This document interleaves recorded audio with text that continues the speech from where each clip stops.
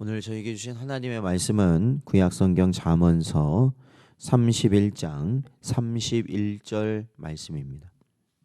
저희들 함께 봉독하겠습니다. 그 손의 열매가 그에게로 돌아갈 것이요 그 행한 일로 말미암아 성문에서 칭찬을 받으리라. 아멘. 기도하겠습니다.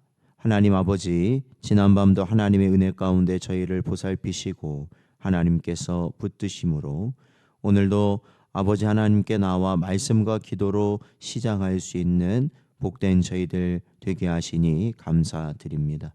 오늘도 저희의 심령을 새롭게 하시고 오직 그 말씀의 뜻을 쫓아감이 가장 복된 길임을 깨닫게 하사 이 세상의 헛된 일들 가운데서도 하나님의 나라를 바라볼 수 있는 우리 모든 성도들 되도록 인도하여 주옵소서. 간절히 바라옵고 예수님의 이름으로 기도하옵나이다. 아멘. 오늘은 작게 보이는 일에 최선을 다하십시오 라는 제목으로 하나님 말씀 증거합니다. 오늘 본문에 등장하는 성문은 우리가 앞선 말씀에서도 살펴보았던 것처럼 많은 사람들이 모이는 이 공적인 장소를 의미합니다.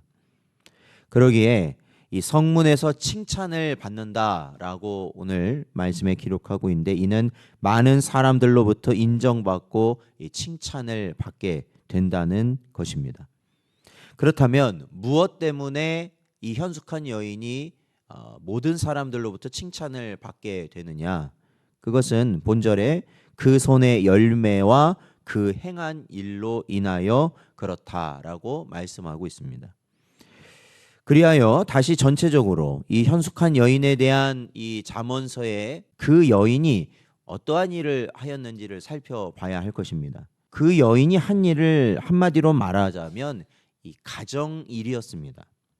물론 16절, 18절, 24절을 보면 이 여인이 활발하게 이 경제활동을 했다는 것을 알 수 있습니다. 또 20절을 보면 열심히 구제활동도 하였던 것을 알 수 있습니다. 하지만 이것이 그녀가 가정을 제쳐두고 기업 경영에 몰두했다거나 아니면은 뭔가 회사를 차려가지고 거기에 전념했다라고는 볼 수 없습니다. 왜냐하면 28절과 29절을 통해서 그녀의 가족이 진심으로, 그러니까 자녀들이 이 현숙한 여인에게 경의를 표하고 진심으로요. 그리고 남편이 최고의 칭찬을 그 아내에게 했던 것을 저희들이 볼 때 이 여인은 무엇보다도 가정에 충실했다라는 것을 알 수 있습니다. 그런데 사실 이 가사일, 집안일 이러한 것이 예로부터 지금까지 가장 인정받지 못하는 일 가운데 하나라는 겁니다. 왜냐하면 사회적인 활동과는 달리 이 가사일이라는 것은 그 범위가 이 가족이라는 테두리에 한정될 뿐 아니라 쉽게 말하면 아무리 열심히 해도 표가 나지 않는 것이 집안일이기 때문에 그렇습니다.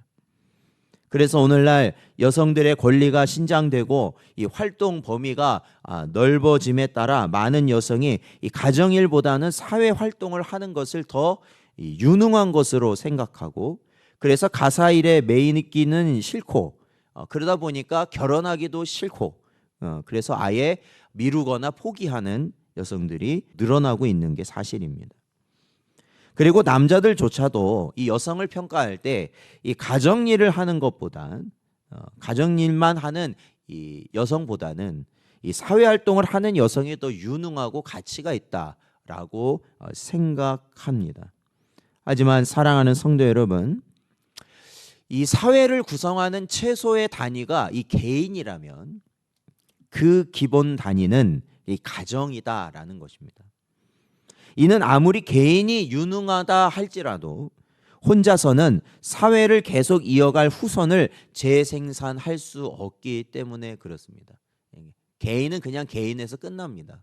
그러나 가정은 계속해서 이어져 가는 단위다라는 것이죠. 뿐만 아니라 가정은 한 인간을 사회적 존재로 만들어 가는데 필수적인 사회와 가정의 가장 중요한 이 장소라는 것입니다. 그러니까 이 가정을 통해서 그 자녀들이 어린 자녀들이 자라나면서 결국에는 이 큰 사회를 구성하는 한 일원으로서 세워질 수 있는 필수 과정이 바로 이 가정이라는 것입니다. 그렇기 때문에 어떠한 이유에서든지 가정이 붕괴되면 사회가 붕괴될 수밖에 없다라는 것입니다. 때문에 사회에서 가장 중요한 요소는 개인이 아니라 이 가정이라고 말하는 학자들도 있는 이유가 바로 그것입니다. 그런데 그렇다면 이 가정에서 이 사회와 이 모든 이 사회와 이 나라에서 가장 중요한 단위인 이 가정에서 가장 중요한 역할을 맡고 있는 존재는 누군가? 물론 가정의 구성원들이 다 중요한 역할을 맡고 있지만 가장 중요한 역할을 맡고 있는 자는 남성이 아니라 사실은 여성이다라는 겁니다. 여성이 바로 가정 구성원이 어디에 있든지 다시 안정적으로 돌아올 수 있는 구심점의 역할을 하기 때문에 그렇습니다. 그러니까 남편이 일을 하러 밖에 나가고 자녀들이 공부를 하러 나가고 다른 활동을 하러 나갈 때 그들이 이 세상에서 지치고 이제 모든 것을 소진하고 어디로 돌아오게 돼요? 가정으로 돌아오게 되는 이유는 바로 구심점이 되는 여성의 그 자리를 지키고 있기 때문에 그렇습니다. 때문에 이러한 점을 보면 가정은 사회를 이어가기 위해 하나님께서 여성에게 특별히 부여하신 성역이다라고 할 수 있습니다. 그러니까 오늘날 가정이 해체되는 사실 여러 가지 이유가 있겠지만 중요한 것은 가정의 구성원이 밖에 나갔다가 사실은 돌아올 곳이 없다라는 거예요.